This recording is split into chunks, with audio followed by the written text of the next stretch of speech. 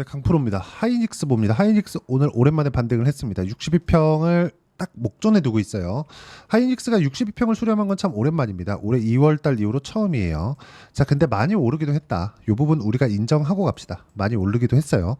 근데 여기서 추가적으로 올라갈 수 있는지 그 부분이 궁금하실 텐데 딱 요거 기억하시면 돼요.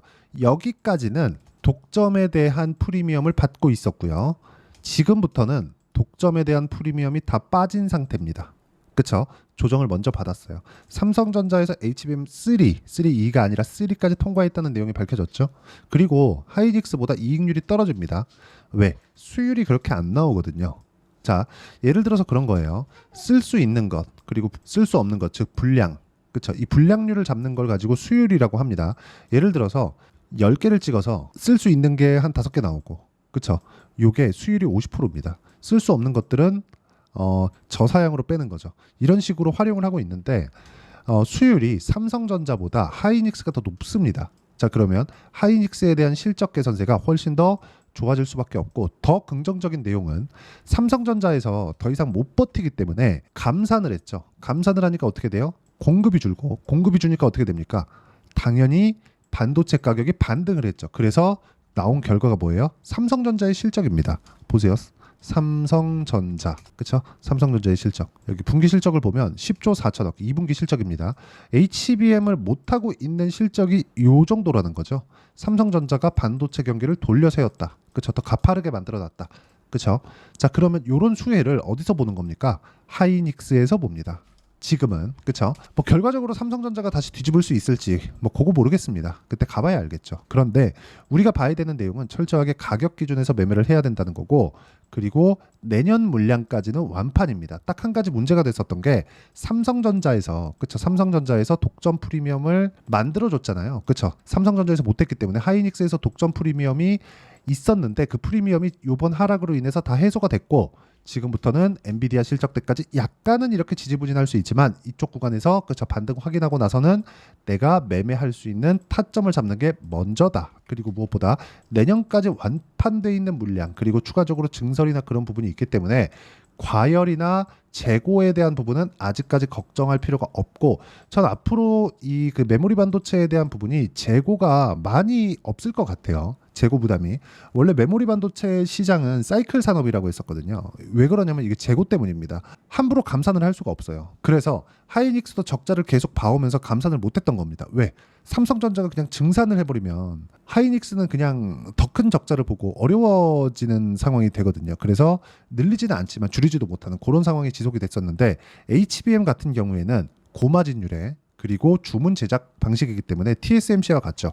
이런 부분을 반영하면 지금 받고 있는 조정이 최저점일 가능성이 높고, 이 부분에 대해서 공감이 된다면 댓글로 공감이라고 많이 적어주시고요. 저는 항상 고가 돌파하는 종목들, 이쪽 구간에서가 아니라 반등을 확인하고 매매를 하기 때문에 댓글에 신고가라고 적어주시면 제가 신고가 종목군을 어떻게 거래를 해야 되는지 그 영상을 제가 따로 제작해서 올려드리도록 하겠습니다.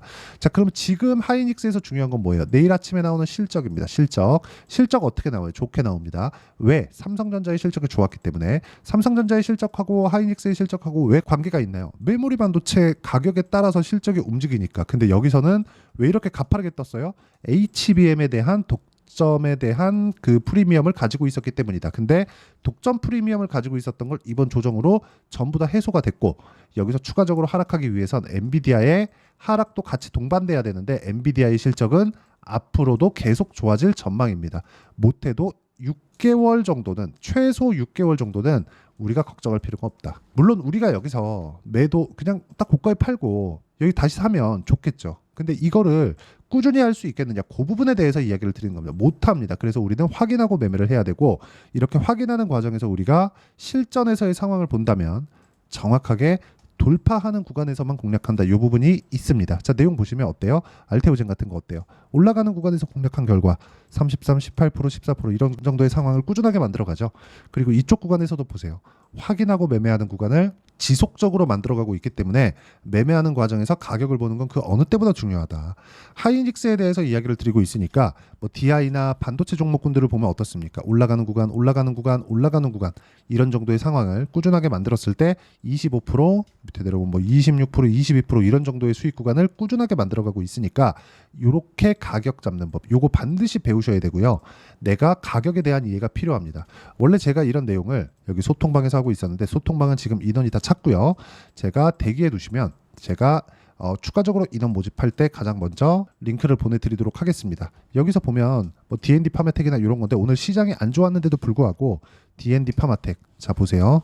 여기 보면 그쵸? 올라가는 구간에 매매한 결과 오늘 시장이 안 좋았는데 7% 정도 수익 구간 이런 정도의 상황 만들고요. 모두 다 고가 돌파하는 구간에만 매매를 한다. 이거 말고는 주식시장에서 좋은 매매법이 없습니다. 내가 뭐 이게 이슈 있대, 이게 호재 있대 이걸로 하는 게 아닌 거예요. 그래서 이런 가격적인 부분을 여기 소통방에서는 당장에는 지금 안 합니다.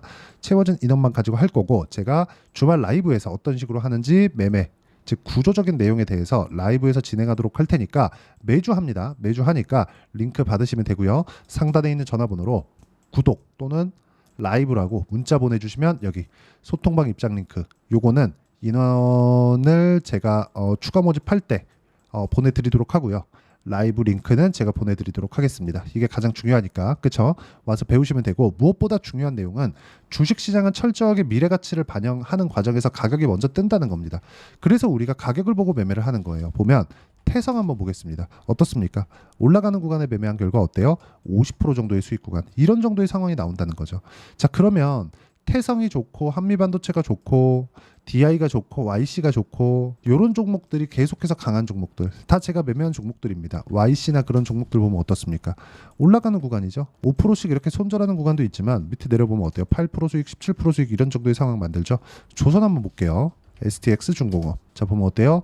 또 샀습니다. 근데 올라가는 구간에 매매한 결과 36%, 14% 이런 정도의 상황을 만들어가고 있으니까 매매하는 과정에서 가격을 보는 건 그 어느 때보다 중요합니다. 그리고 이 내용에 대한 부분을 제가 라이브에서 어떻게 해야 되는지 그 내용에 대해서 무료로 공개를 하도록 할 테니까 상단에 있는 전화번호로 라이브라고 문자 보내주시면 됩니다. 그럼 제가 무료로 공개를 하도록 하겠습니다.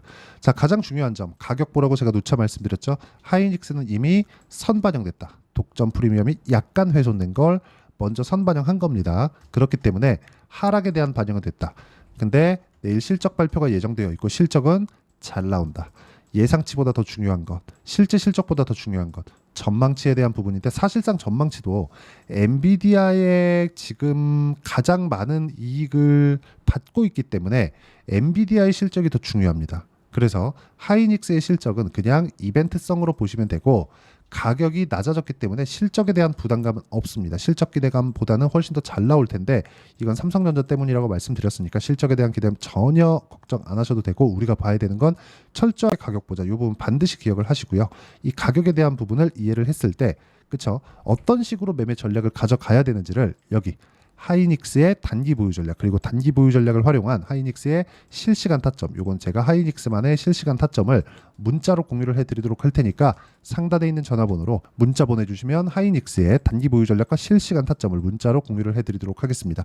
자 내용 정리하면 그렇습니다. 주식시장은 철저하게 미래 가치를 가격이 먼저 반영한다. 그래서 우리는 가격을 보고 매매를 해야 되고 가격이 올라간다면 호재가 나오기 때문에 가격을 보는 건 어느 때보다 더 중요하다. 이 부분 반드시 기억하시고요. 다시 한번 말씀드립니다.